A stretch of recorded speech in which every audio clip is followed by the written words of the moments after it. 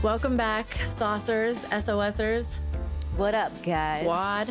What up, squad? We have a great episode lined up, guys, so get ready. Really good episode. Yeah. We were fortunate enough to meet Albert, our guest today, at a coffee shop in LA. He had overheard we were talking about our podcast with a barista. Like, everyone there is just so sweet. We love this place. Yeah. And Albert approached us and told us a story.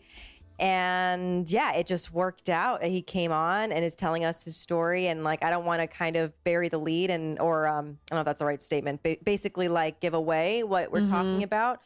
Possible trigger warning. I don't know. We're talking about homelessness and stuff like that, and questions about self-identity. So, but I mean, it's just a really powerful story. So. We're really excited to share this, and he's just a wonderful, incredibly brilliant person to pick their mind about. So yeah, and I also I just encourage anyone to listen, because this episode digs into a lot of things that are universally experienced. Like, homelessness obviously isn't, but under that context, we dive into deprogramming, internal shame, guilt, over-identifying with certain things in our lives that aren't really who we are. But there's a lot packed into this episode that I think it encapsulates what we wanted to do with SOS. And so huge thanks to Albert again for being so open and vulnerable and willing and approaching us and saying he wanted to have this conversation, because this is incredible and you are going to want to continue to listen. Yeah. So without further ado, Albert. Welcome, Albert. Thank you for coming on the pod. Yay! Yay. We're so excited. And it's so funny, and we said this in our intro, but like we had such a fun like interaction with you at the coffee shop, and it's like such a cool way to like meet someone and engage and learn things that are new. So it's really cool that you're here and we get to talk to you more about your story. I really appreciate it. Well, I mean, it was just, I caught up with my friend and I was like, what were you guys talking about? And then he laid out the format of your podcast, and I don't even remember walking over to you guys. I just kind of like floated over to you guys, and I don't think there was ever a moment where I just felt like words were just coming out of me. I just really needed to share with you guys. Yeah. I love 100%. That too, because this rarely happens to us, where we've been doing it like 2 years and we don't. But this is what the podcast is about, is like the human experience and diving into people's stories. But it's very rare that a complete stranger, like you said, you just walked up and you were like, hey, what's your guys' selection process for your guests? My friend told me about your podcast. This is my story. And we were like, wow. Yeah. Wait, what's your schedule like? Yeah. So for the listeners, so if you'll just kind of briefly say your SOS moment, and then we'll dive into that and how you got there and your backstory. Well, my SOS moment was being homeless in San Francisco. And if I'm just tying a neat bow into going on this podcast, I feel like it was the first moment where I viewed it as an SOS moment. I feel like before, the narrative was different in my head. Oh, before we discussed like the format of the show even? Well, I think it was even just hearing that concept out loud. Like, oh yeah, like the narrative didn't have to be that it was a dramatic failure of the system or of my narrative or of other people in my life. It could be different. Yeah. Oh yeah. Wow. I mean, it's a shift for sure. Okay, so we'll kind of like backtrack and we'll get to that and everything. But we want to know, where are you from originally? I'm from Connecticut. Oh, East Coast. Okay. What up? Me too. I'm from Jersey. Wait, really? Yeah. Okay. Yeah. Did you? I don't know if you went to the East Coast a lot, but like I'm from like South Jersey, and then I went to Montclair State. I don't know if you know that area at all. I'm more Boston, New York areas tend to be. Yeah, I don't think I've ever stepped step foot in New Jersey. I know I'm talking about it like it's like a foreign land, but You're not missing out, really. Actually, it's fine. fine. But what was your support system like growing up? Like, what kind of what was that like for you? I come from a big family. I'm the youngest of 6. Oh, wow. There's definitely a balance between kind of a conservative lean, but there was a lot of people, especially in the extended family, who would just be like, I'm going to start a music career, or I'm going to listen to some freewheeling thinking people for a while. Yeah. And experimental behavior, we'll just frame it as that. Yeah. So did you feel like you had, so it was a big family, but did you feel like you had a lot of support emotionally growing up? I feel like it was always siblings. Mm-hmm. I mean, I think one of the biggest tenets of that was my brothers and sisters were always kind of like there for me. Mm-hmm. And then also they would push back if I was doing something irresponsible or anything like that. But I think no matter what, I would always get an honest response. If, hey, I'm trying this artistic thing, does this seem interesting to you? They would give me a no. Sometimes a no could be more supportive than if someone just gave you blind faith in whatever you're doing. Yeah. What's the artistic stuff that you would do? Like like specific like hobbies that you would try? Well, growing up, I think one of the biggest things that I would do with like friends in high school, we would just do our own version of Jackass videos or something. That was the start of it. I love the art of Jackass. I know. I love Jackass. So I know. funny. I did too. Like, oh yeah, that was it. You know what's funny? Even those guys, like when they aged, there's kind of like a sweet innocence to them. Yes, like in a way. Yeah. Mm-hmm. I just watched the new one. Sorry if I'm hijacking the conversation to talk about. No, I love the new one. The new one's really funny. Yeah, I was also getting kind of misty-eyed a little bit. Yeah. In some moments, it was like, oh yeah, like I've known that guy growing up, and then when you see them like mature into this thing, it's kind of special. Yeah, they're like characters in the reality of like your mind. Like you remember them at tied to certain points in your life. They were around. Like, well, I feel like, I don't know if you guys get this with people who listen to your podcast, but like sometimes when you're following someone for such a long time, you already kind of have a relationship. Yeah, you feel like you know them. Yeah, like it's preconceived notion. Like I knew you back when, but it's like, oh yeah, this was only one way. Yeah, exactly. I think what adds to the emotional part maybe about the new movie is that there were new people in it. Yeah. And I felt like, I was like, oh, I feel like there's like a baton passing, and it's like our childhood, and it's like now there's like a new generation like coming in, and it's like, wow. Well, there was almost like a paternal vibe too, by the way that they were kind of carrying them in. It was really nice. That's cute. I haven't seen it. Shout out to Jackass for not sponsored. Is this going to be a little blurb in the thing there? Okay. Johnny Knoxville was a big crush of mine. Yeah. He came into our restaurant actually one time. Were you there, Molly? Did he? Maybe. And he's very underwhelming in person, huh? No, he was so sweet. I don't know where I've heard that. I don't think I was there. I don't think I saw that. Me and Molly, I don't know if we said when we met you, like we met at a restaurant in LA. We'll tell you after which one it was. But that's how we know. So we know a lot of, we've seen a lot of celebrities.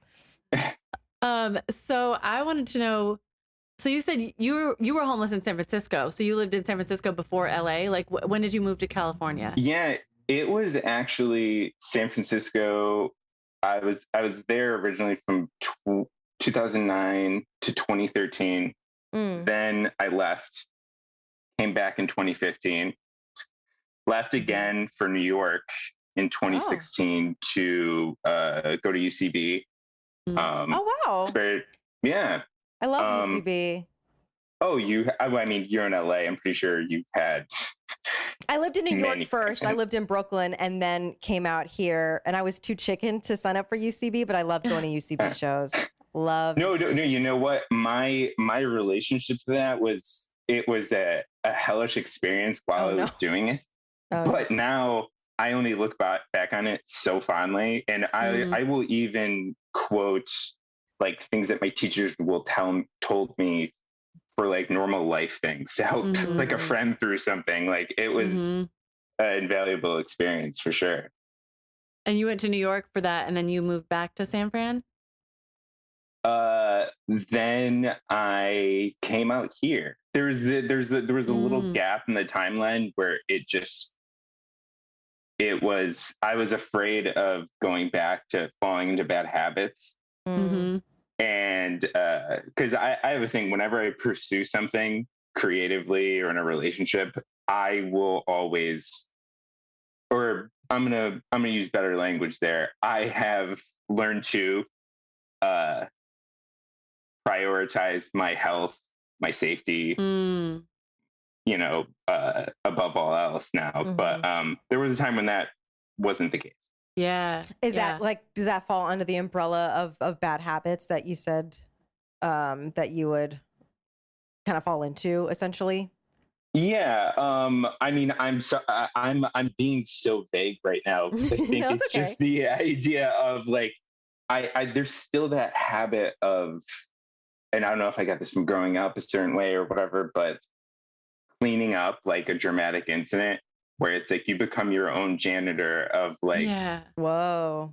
yeah, like instead of like, oh, I what you went to a mean. party and got super wasted and made some bad mistakes. It might be like, I had a rough night. And then you leave it vague, and then you just kind of drop it off. Compartmentalizing things, and then they kind of like eat away at you. Yeah. Sweeping them under the rug, kind of, or just, brushing over it, like, or minimizing it too, like you said, kind of just like, oh, well, yeah. Sorry. Well, like even in San Francisco, if someone would ask me like, hey, how are you? I heard things were kind of rough. I'd be like, yeah, I'm staying in a hostel right now. And it would be like, oh, I didn't tell you I broke into the hostel, and I would steal shit, or I would be high as hell or hooking up with someone. There would never be those details. It would always just be, I'm taking care of myself. I'm in a hostel. I have a job. It was just the way to get people off my back. Yeah, basically further isolating yourself because you want to let people in. So why, when and why did you become homeless? Like, how did that come about? It was, I got fired from my job for stealing. And then when I had to look for work, I just kept on doing that overperformative thing of like the people I was living with at the time. I kept telling them I got this, not to worry about money, and then it kept on evolving. And then eventually I kind of just left. It became, instead of asking for help, instead of engaging with these people who cared about me, my first goal was just get the fuck out of there. Like there was a fight or flight that kicked in. Yeah. A little bit, yeah. And it's like one of those things too, where it was an emotional thing, but your body will tell you that I'm in danger. It still goes back to that thing where it's like there's something wrong here. But if I look back on that moment, I know for a fact that there was ways for me to continue, but I feel like there was just some old trauma that just made me believe I needed to isolate myself, put myself in more danger. Yeah. And like the belief that you're protecting others when really you could be leaning on them, right? Yeah.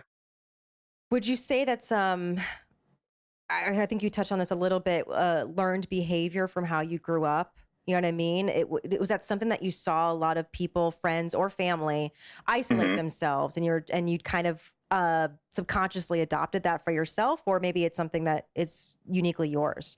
You are probing the right areas for sure. I mean, it's universal, right? Like generational trauma. We all fucking yeah.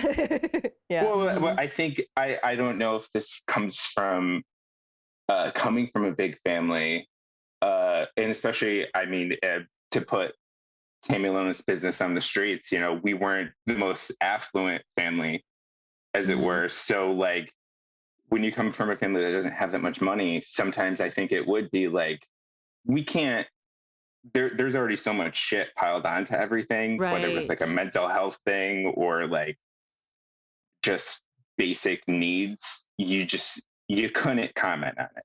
The Yeah. idea was Mhm. to kind of just like find a way to bounce off of it or just ignore it completely. Yeah, Yeah. because the focus is on survival, really, just like getting by, Yeah. and yeah, So yeah. when you were in that kind of flight mode, what were your like what was that first moment like? Was it just like I'm not only leaving the situation, but like your apartment, your friends, Well, like I remember in the situation because I was living with a couple at the time. They were looking at me. I said how much I could offer them money wise, mm-hmm. and Mhm. they just said get out. And my Oof. first instinct was to just grab as much shit as I could. I put it in a backpack. I went to the San Francisco library and I just sat there for a while and Wow. just kind of was like, okay, what are my options here? And then I remember walking past the Larkin Street Youth Services many times from my apartment, and then I went and engaged with them. Mm-hmm. And unfortunately, the first go, I was too scared to do that because I feel like too, especially if you engaged, especially in my young mind at the time, if I engaged with them, there's no way to undo the homeless word. It's like you entered Oh, a shelter, you are now that. Mm. Like yeah, even yeah. while actually being in the scenario, I could still kind of like edit it like, oh, I'm living a Yes. rock star life. I'm I'm fucking couch surfing. partying, couch surfing. Mm-hmm. Yeah, Mm-hmm. Mm-hmm. that would Mhm. be something I could flip it as. But if I went into a shelter, that meant you're homeless. Mm, You can never take that word away from you. It's irreversible at that yeah. Oof. Wow. So point. you Wait, did, sorry, so I wanted to check in with Alyssa. That was that.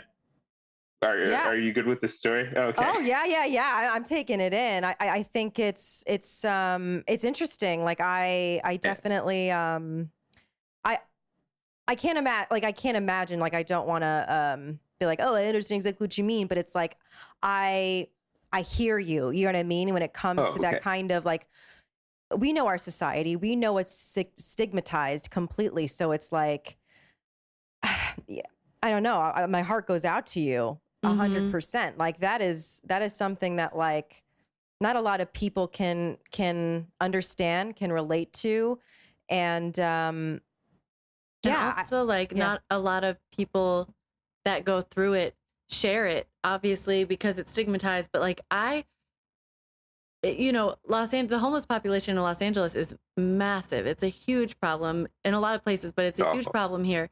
It's awful. And I am like, especially I live close to downtown. And so it's like a lot downtown, and Skid Row's right there and everything. And it's like, you look at people and you're like, these are all, everybody got here somehow. And it is something that is never talked about in society. The homeless, quote unquote, homeless issue is discussed in like politics and by politicians who are trying, oh, I'm going to fix this, I'm fix this. But nobody really, it talks about, okay, how did you end up here? Because those are the moments I'm curious about. What you just described, like, okay, I walked out and I went to the San Francisco library and I sat there and I thought about these things, because those are the moments that like nobody knows about. You hear someone's story and it's like, yeah, I was homeless for a couple of years and got myself out of it and now I'm here and here, and it's all brushed over. But like, when you literally walked out of that apartment you were living in, where did you go? Like, these are yeah, the detail. I'm really Well, grateful that you're sharing this, because it's yeah, like nobody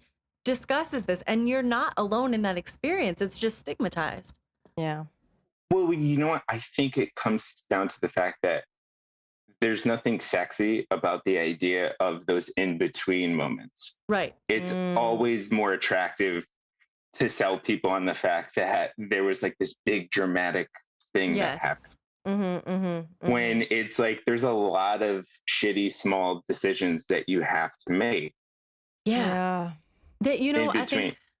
think about this when I'm watching movies all the time, because there will be like a really powerful scene between two people where they're having this conversation, and it's like reaches this like the fever pitch in the conversation, and a really powerful line is said, and then it cuts to the next scene, and I'm always thinking like, but what about after this? Because they have to go brush their teeth and go to bed, and then like, but it's just like you leave with that like power of that moment, and then you go to the next scene, and you need to for a movie, you get through it and whatever. But I'm always like, The but in the between. reality of that isn't going to be like that, because it doesn't just end in this dramatic whatever. Like you then have to walk into the next room and face each other. You both have to go like pick the kids up, or like these things aren't shown in movie scenes because you're doing the highlights. So what you just said is that, because it's like it's not the glamorized side of any of this. It's like all those little decisions you have to make in between your reality, and all those little moments is different.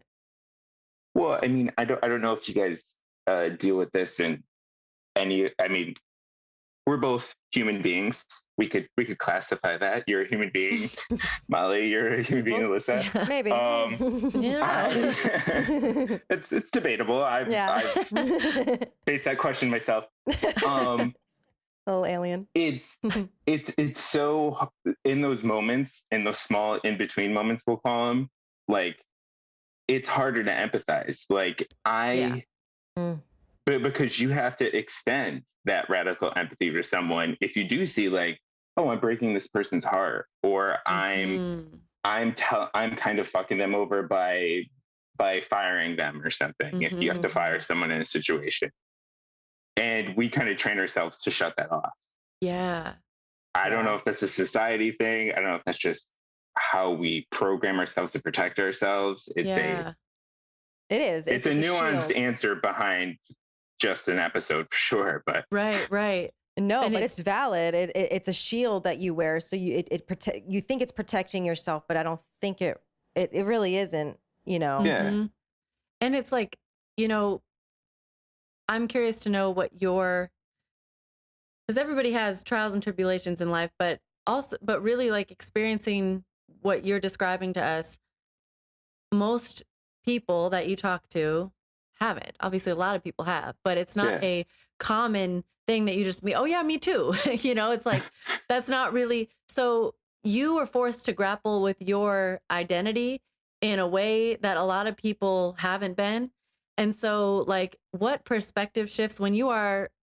First of all, I want to know how long you were, or you considered yourself homeless, like how long that was, and then during that time, what perspective shifts you had, because you have to re-identify, like you just said, if I go into a shelter, I am homeless. So like Yeah. you have to restructure your self-identity during that time, and then once you're out of it, I would imagine you have to reprogram yourself to see yourself in a different way. You're having like 80 different answers I that are know, about to I'm just sorry. funnel out, right? No. You just asked the right question that's just funneled into so many things for me, because I think one of the first things you learn to do in that situation, you learn how to program yourself invisible. Mm. You set yourself up in situations where because I remember the first place that I had and this probably says a lot about my state right here, that the luxury of having an apartment again. Mm-hmm. I was sharing it with someone, and they commented, they're like, you never sit down when you're in here. You never like sit down and relax, or like I've never seen you cook for yourself here. Because I felt like there was like something that programmed in my head where it's just like, oh, don't make yourself too comfortable here. Wow. Don't assert any basic needs that you have. Oh, I have And chills. Yeah. I mean, I think I'm even still battling that to this day, where it's just like, if I'm with like a group of people, like my first priority is like, okay, like your needs need to be met before mine, right? I even think it's like an unspoken agreement. And Wow. But how long were you homeless in San Francisco? oh yeah, that was another part of your question. Part. That was if I want to classify it, it was 2011 to 2013. Wow. And then when I went to New York, there was some backsliding, and Luckily, I feel like I got out of that a lot quicker. That was like around like 2018. Mm-hmm. So there was those two instances where I would classify myself as homeless. Yeah. And did you completely throughout the whole time keep it from your family? You know what I mean? That the situation, or was it did it get to a point where you're like, I have to be open about this? There's one family member I've been just completely open and transparent about it, and my dialogue with them has been essential to keeping me sane and happy. Mm-hmm.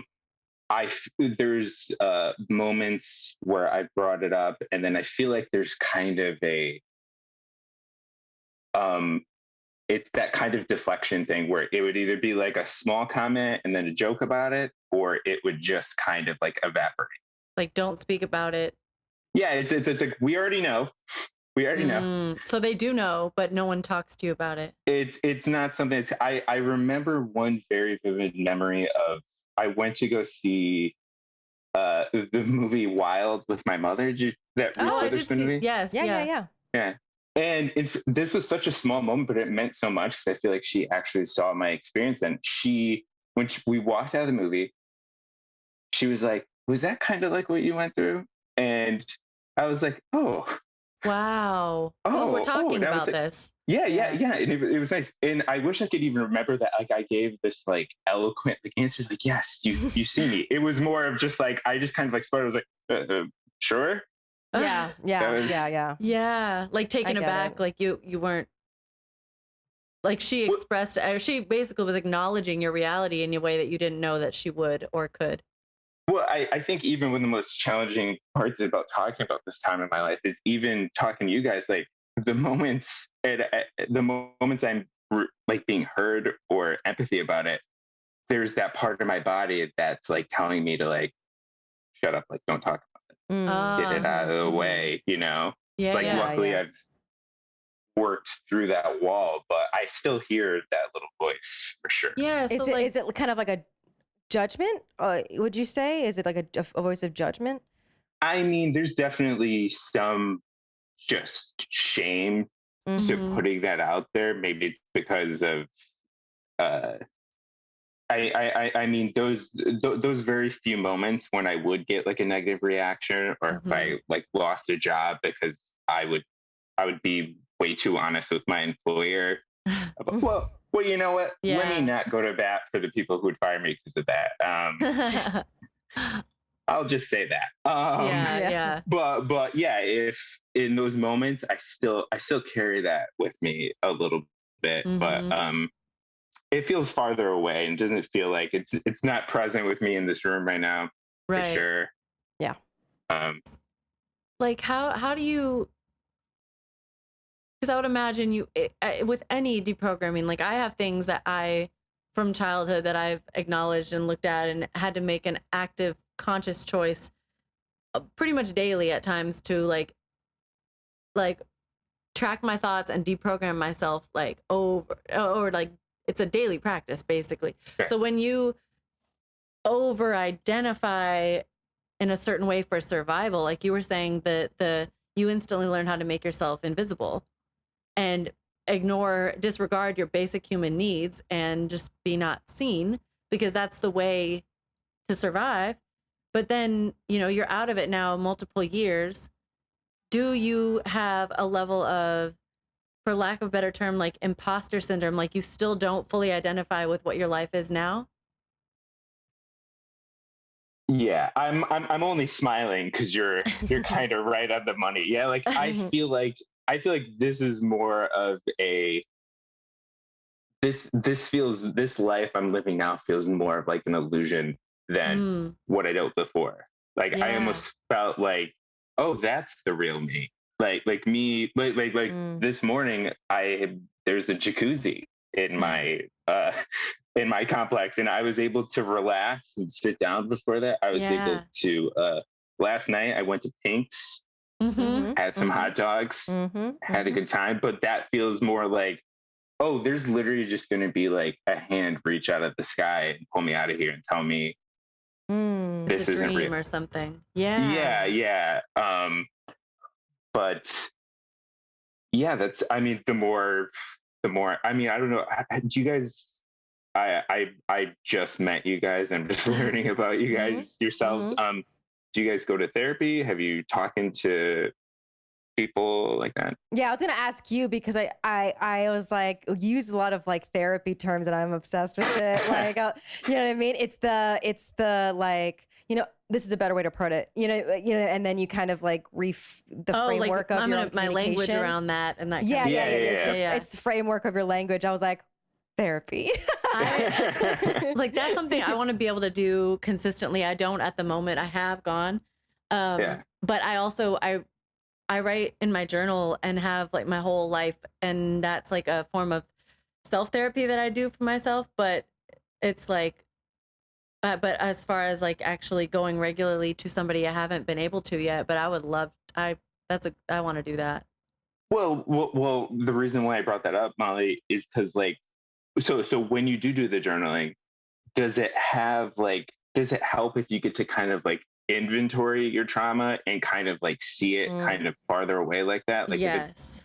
If it's on paper, and like even me just saying the word homeless to you guys and hearing it said back to me, it's like, oh, it was a small facet of my life. It was me in a category rather than who I am. Yes, that's, and one of my good friends who is studying to become a therapist, I was talking to her one time about what's the difference between guilt and shame, and she was saying, you know, in her what and I've heard it from another therapist too, of what they're taught how they're taught to describe it. What? I think it was Alexa who we had on. Oh yeah, Alexa too. Yeah. That's a good episode. I like, recommend. Guilt is feeling bad for something that you like. I did a bad thing, and shame is I am the bad thing, and shame is a lot harder to. That's a deeper version of guilt. Guilt is more like, okay, you can. Self-forgiveness is the thing. Like I've struggled with that for things in my life, and it's a very different situation, but it's sounding like when you over-identify in a way to a thing that isn't you, like you said, this is a compartmentalization. This is a segment, however you just put it. Like this is something I was in, but it's not me. It was a category that you could put me under. Yeah. So a category, but then if you over-identify as that, I would imagine that a lot of your process now, tell me if I'm wrong, because I'm really just, this is me asking, but does it feel like you have to go through a level of self-forgiveness because shame is basically, to get over shame, you have to forgive yourself because you're identifying with something you're not. Yeah. I mean, I don't know if you could tell by my body language right now. Yeah, that was there. Yeah.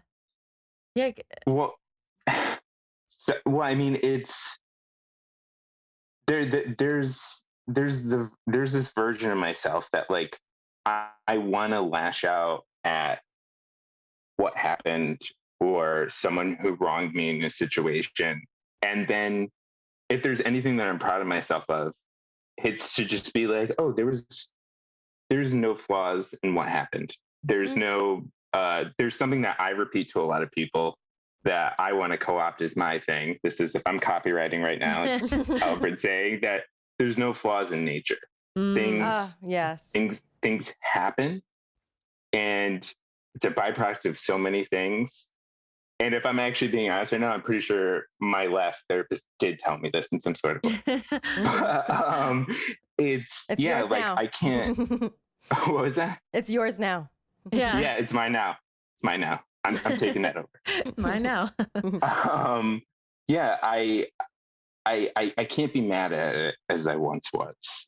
And I mean, I could even say there was moments ramping up to this where I was like, I was like, do you really want to talk about that? Do you really have to get like? I mean, I know I'm still kind of playing the vague game a little bit. No, you're very like we're asking very like. Well, I'll speak for myself. I'm like really digging in. So if you're like, Molly, shut up. We're not talking about this. Like, it's okay. Yes. But you're not. I just think. I just think physically there was like one of those things where I was just like, wow, it was nice to kind of put the guard down for a second. So if you guys are probing away, fucking probe away. For sure. Heard. Well, I mean, yeah. sorry. No, you go ahead. Yeah. The jukebox is, you guys put the change in. Now it's coming out. Yes, Now it's coming yes.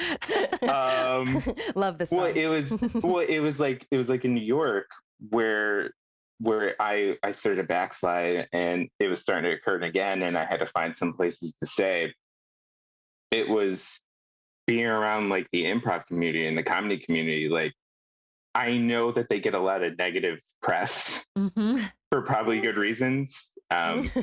There was a bald guy who looked like me recently who Uh-oh. ruined everything for everybody. Sorry, Oh, I know. Oh, evoking yeah, the yeah, demon's yeah, name. yeah, yeah, yeah, yeah, Yeah. Everything. I won't say the demon's name, but you know what I mean. But Yeah. there's a community out there that of people who are like, hey, you've been through some pain. Let's heal together.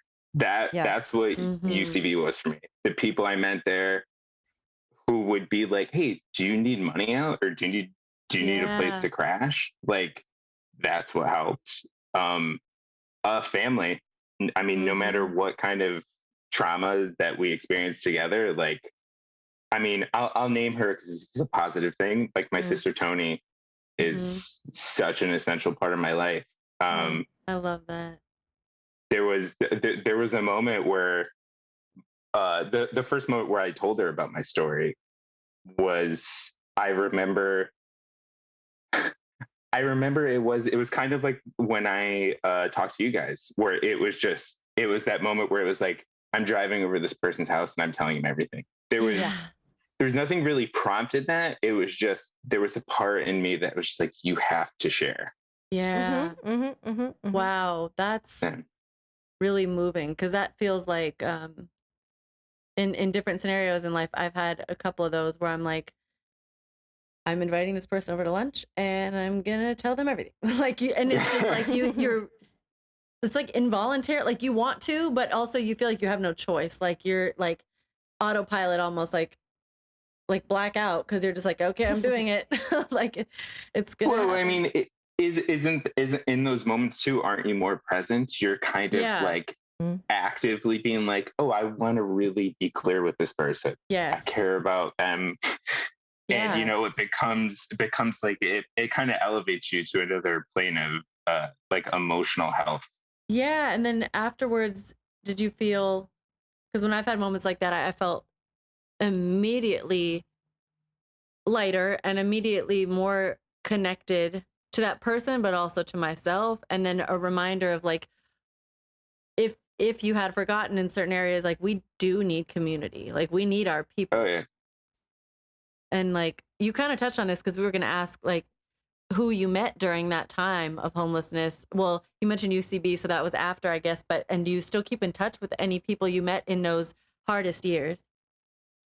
There was there's there's always, like, in social media, there's an Mhm. Instagram like, or like a Facebook like, Mhm. that's always, I'm always open to share, but I feel like there's still a version of me that's just like, do I want to relive that? Do I Yeah. want to, Yeah. even creatively, there was the Yes. instinct of like, I couldn't divorce engaging with that and my homelessness situation. Yeah. Right. It was, Yeah. they were too tied together in Mhm. my head. But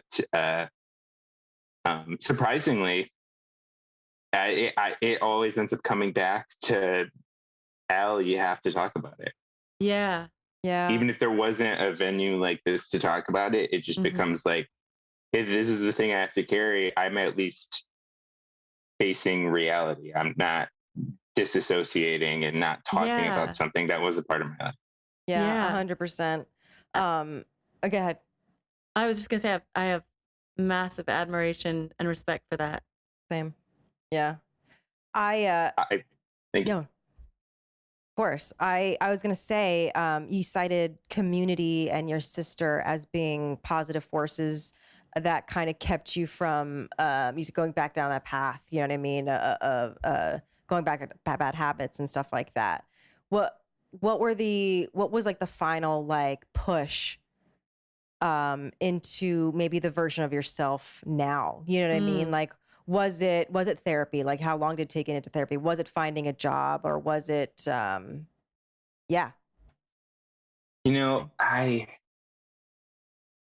really want to credit. I'm going to credit. I'm going to credit my sister in that situation, Mhm. because it wasn't even just the sibling dynamic. It wasn't.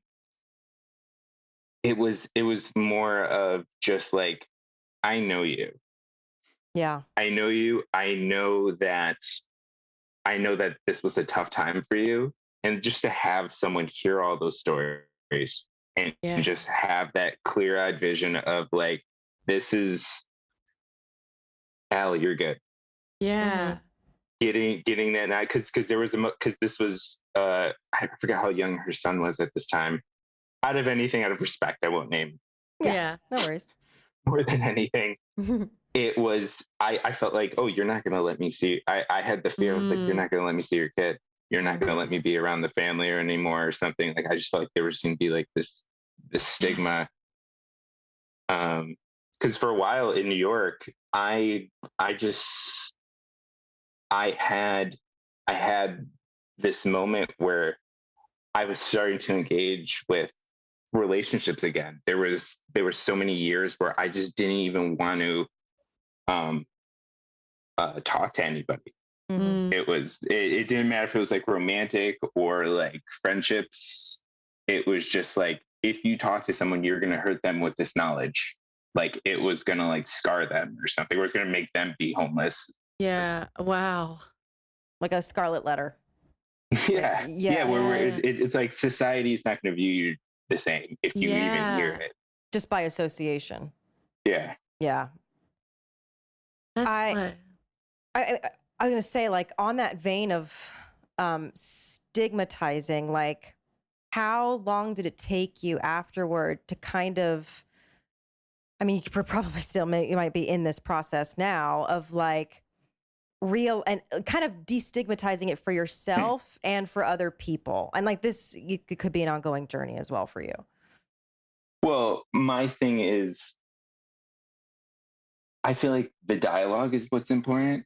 I Mhm. feel mhm. like if people want to, it was really right before this. I was falling down a YouTube rabbit hole, just to kind of like, okay, relax. I was listening to Disney songs, and then I fell into the Meg song from Hercules, Oh, the I the love I that don't want song. love or It's whatever. okay. No, I love I won't that. say it. Yeah. No, no. I love that Oh, song. man, I want to listen to it again right now. It's a good one. It's a good one. But it's that song. She's actively trying to convince herself, the chorus, the audience, that she's not in love, but you are. Mhm. So Yeah. Thou like, dost I protest think too much. I think if I wanted to paint a broad brush about any difficult topic that anyone wants to talk about, whenever you try to avoid it, you're talking about it still. Yeah. Mm. Ooh. Yeah, that's really good. That's It's amazing. always absurd. I mean, I might peel another thing back about myself right Please do. now and really Mhm. stamp myself as like a nerd culturally, No? because I wanna vocalize this for sure. Like, I love it when people on the internet co-opt something and they say like, why did they have to make this piece of pop culture political Mhm. Mm-hmm. when any piece of narrative that's sold to people has a Mhm. political agenda? It's just Yes. Oh, fact. yeah. Yeah. Oh, Yeah. yeah. Yeah. Yeah. But they just like kind of Absolutely. realize it like after the fact. They're Yeah. like, wait a minute. Hey. Yeah. You know, But you're like right. people Star people were Wars. saying that people were saying that about Star Trek, and then Yeah. like back in the day, Gene Roddenberry was the biggest hippie Yes. nerdiest motherfucker on the planet. So Yeah. like, it's baked in it. It's baked in everything. So 100%. Marvel, I think, is going through that too, right? Because they're yeah. getting more inclusive, you know, and I feel like that can equal political or woke, you know what I mean, to Mhm. people. But my favorite thing is the argument is, why is everyone else invited to the party now? I thought it was just my party and a small group of people. Like, Right. Yeah. other people could fucking have the cake too. Doesn't that make it better? Right. Yes. Right. Yes. Yeah. Yes. Yes. And kind of to your point, which I think is really powerful about, you can avoid, however you worded it was very poetic, but like you can avoid the thing and not talk about it as much as you want. But at the end of the day, you're still only going to be talking about that. Even if Yeah. you're talking about how you're not that, like that song, like I'm not in love, I'm not in love. Well, you're still talking about how you're in love. Like you're still doing this. So like people spend their whole lives fighting against, and we were just talking about politics, so now the Roe v. Wade with our recent episodes is on my mind, but like you can spend your whole life arguing against and fighting against abortion, and this is wrong and this is wrong and abortion is wrong, and then your life's over and your whole life was actually about abortion, even though you think abortion is wrong. I'm just using that as an example. That's a very polarizing, but that's basically like, even if you are to choose to not speak about this, I'm not going to talk about that, I disagree with this, I'm going to live in opposition to this, you are still a slave to that thing, because you are every decision you make is to oppose that. You're still a slave to that. And so it's interesting, like if you don't really just come clean, but just be open about how you feel or what you're going through, you are going to be acting it out in every other aspect of your life, whether you know it or not. Like it or not. Yeah. Well, one of the things I've learned from bouncing from sanctuary cities to going back to Connecticut, it would be, and I'm not painting Connecticut as this ultra conservative thing. Like I'm picturing the Simpsons character who runs into the wall with the pitchfork. No, I'm not saying everyone's like that guy. No. But there's, whenever I try to avoid conversations about my values in either side of the fence, it never helped me. If I'm going to be selfish, it never helps you not to back down from a dialogue. Now, if you do talk to someone and they're making you feel unsafe, or if they're not valuing you as a person, you can, I mean this in the most polite way possible, you could tell them to go fuck themselves. You can move on with your life. Yeah. So that's up to them in that scenario. But most of the time, it never hurts to have a dialogue. Yeah. And you really don't know how you're going to be affecting other people. Like, who needs to hear what you're saying? Like, who's going to listen to this episode today? Because we've gotten into a lot of stuff. And like, who... Yeah. And likely we will never know who this affects the most, because they're not always going to like, let me reach out to and tell them how much this meant to... You don't even know how you're affecting people. But if you continue this dialogue and continue opening up and being... having these conversations, that's powerful, and that's going to move the needle. It's every little thing, everything counts. I do want to... Oh, sorry. No, go ahead. I'll say that.